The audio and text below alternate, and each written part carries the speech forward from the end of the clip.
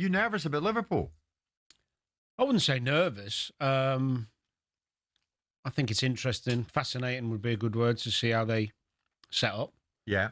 See if he makes any changes in terms of personnel or tactics. And it's just that I heard maybe out there in that vast office, you might have said to somebody just in the passing, if they lose the next 2 or 3, Arne might be in a bit of trouble.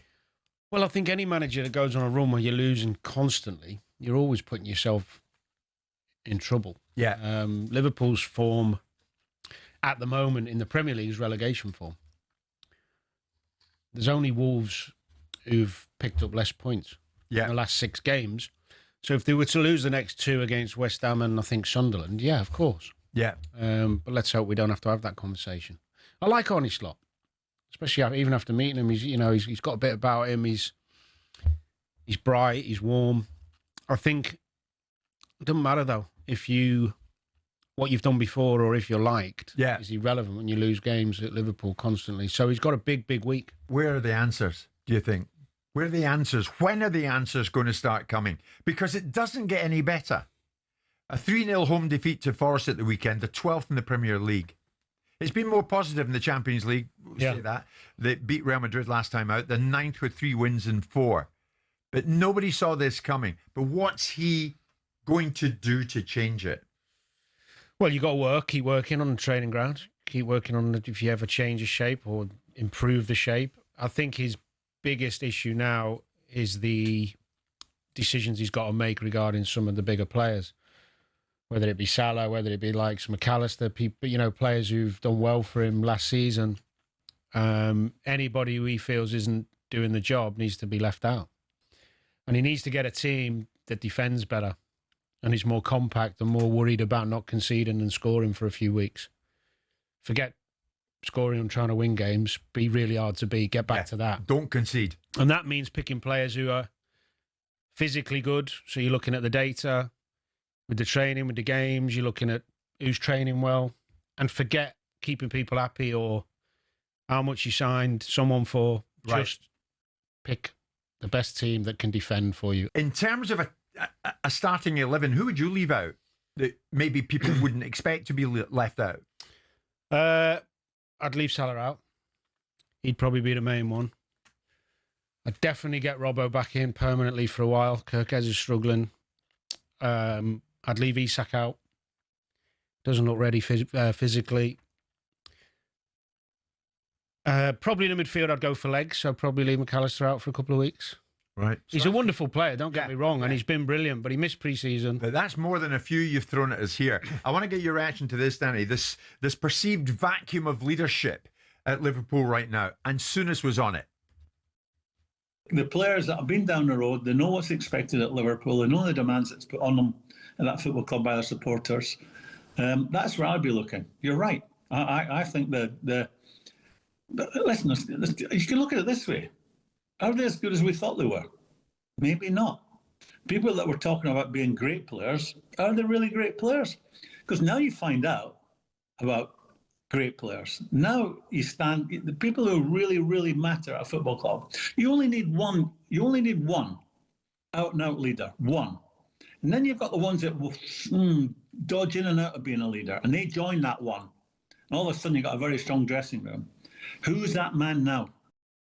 He pointed the finger, Danny, at the players, not so much Arne Slot, the players, and along the lines of, right, who's up for it? I tend to agree with that. If you did it on a percentage basis, I'd say the players have got a bit more responsibility than Slot, because we know that a lot of those players are better than what they're showing. You could actually make a case that the only player who's hit the heights of last season's Szoboszlai, and to say only probably one, maybe one or two others somewhere near, but him being the only one. And of the new signings, only Ekitike has made an impression. So he's right. I mean, as ultimately the players cross the line, and you have to find your level and hold yourself accountable. The manager picks the formation, he picks the team, but yeah, who's going to stand up and be counted when the chips are down and when the pressure's on? I mean, who's going to get on the ball? Who's going to make things happen? Who's going to be? You don't have to be a leader verbally. I mean, probably the best leader I ever played. I played under Beckham very temporarily at England.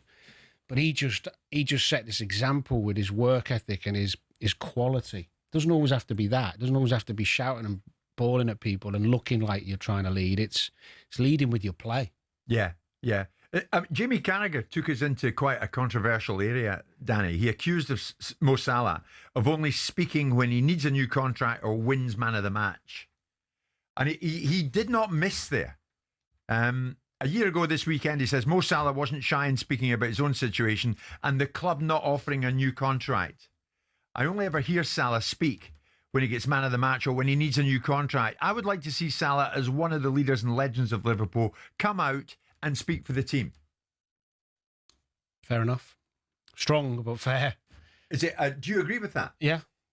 Yeah, we haven't heard from him and we should be. Robert did an interview the other day. He's inside of Van Dijk. And say what? Just out of curiosity. And say what? Well, even if you say... But nobody's thought Mohamed Salah was a leader on the field. They thought he was a great player.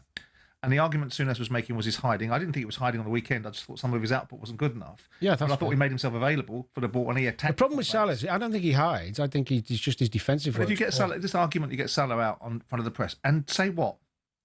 And what's the sort of presenter? Because we're not talking about... Well, if he comes out and he's going to say something to Virgil van Dijk, not good enough, we should do better, right? But the real issue, what Carragher's making it, is about Salah's performance. So let's see the journalists and have the balls to turn around and say, well, what about you? And what about your performance? That's what, yeah, but they won't. So we got Salah out there. So Carragher will say, we want Salah. They won't. He hasn't been out there to be asked. But they won't. Has anyone gone after Virgil van Dijk for his performances? When he's not been... When he's spoken... Did you not see him and Rooney having it out on the pitch after a game? Sure. Rooney. One instance where Virgil van Dijk pushed back against what Wayne said and contradicted it and ultimately said, you don't know what you're talking about. But as a rule, most of the time, what we're saying is a post-match interview with a player coming out and saying something, and they want Salah to do it. I don't understand what that achieves. I wouldn't hesitate for one moment to look at Mo Salah and say, why are you underachieving it? Well, if he comes out and says, look, my levels haven't been good enough, he might even give you a reason why, or he says, I know I need to do more and I'm working on it, I'm doing this, I'm doing that, blah, blah, blah. As long as it's a positive, you can show he cares. He gives it. The fans see it and go, do you know what? Yeah. So for the optics of it, he owns the situation. Yeah, the optics, and actually get to go. God, that's good to hear from Mo Salah saying that. Well, he's addressing his own deficiencies. Right. He's actually coming out and saying, "Don't worry, I'm on this." Well, this was Souness's take on Salah of the moment. He's been an absolute superstar. This is the nicest thing I can say about Salah. He's been the go-to man for the last 7 years. He gets in any. If you're picking an all-time Liverpool 11, he's one of the first names on the team sheet. I think it's his brother that's turned up this season. He's shown lack of appetite. And I'm sorry, hard words sometimes are the kindest words. And I think he needs hard words that ultimately will get him back to being the superstar that he's been for Liverpool. But this season, he has not turned up. It's not him, it's his brother who's shown up at the moment. Well, I mean, he's set this wonderful high bar for himself where the level of his performance is so good that as soon as he drops below it, he's going to be criticised. And when you're not scoring and doing what he does so brilliantly, the other parts of his game become magnified, which is defensive work and lack of, which is poor. Now, it doesn't matter that it's poor when Liverpool are winning and he's banging in goals. Yeah. When he's not doing that, the focus becomes on what else is he doing for the team. Yeah. So, yeah, I think Graham's right. I think he's got to do more. He's got to find the desire to push himself more. Physically, he looks fine. Still looks sharp. Gets in behind and he gets by people. He's had plenty of chances. I think he's got to do more work that way. I mean, fronting up to the cameras, Simon, I would have thought it's a form of leadership, isn't it? Yeah, I'm just not following the point behind the message that Jamie's wanting to impart. Because ultimately, you would hear from Mo Salah when he gets man of the match because someone's sticking a bleeding award in his hand and he's having to speak about it. But if he plays tonight from the start, they might put him up before. Well, let's put it this way. So if I was in the dressing room and back then Stevie was captain, if he was having to go out every week, there'd be a time where I'd go, I'll do it. Yeah. Or Didier Mann would go, leave it, I'll do it. You've had to do 6 this week. So when we saw this endless procession of Manchester United players that came trotting out into the media with their formulaic rubbish, with Harry Maguire telling everybody that they know that they've let the club down, Bruno Fernandes saying they know they've got to do better. Did that give us some great window of insight into the leadership capabilities of these players? But you might not get a window of insight and it might be fluff and it might be crap, but we don't know. Whereas when someone comes out and at least gives you something, like Robertson's interview after the Scotland qualification gave us a lot about him. And all of a sudden the fans go, didn't realise he was still suffering, and he's still thinking about that, you know. And it's not just that, because that's obviously a big thing. But Mo could come out. Yeah. He's a legend. The fans love him. He could come out and appease a little bit, or take some blame himself. Do whatever. Just put yourself out there. Doesn't have to be every week. Just the odd little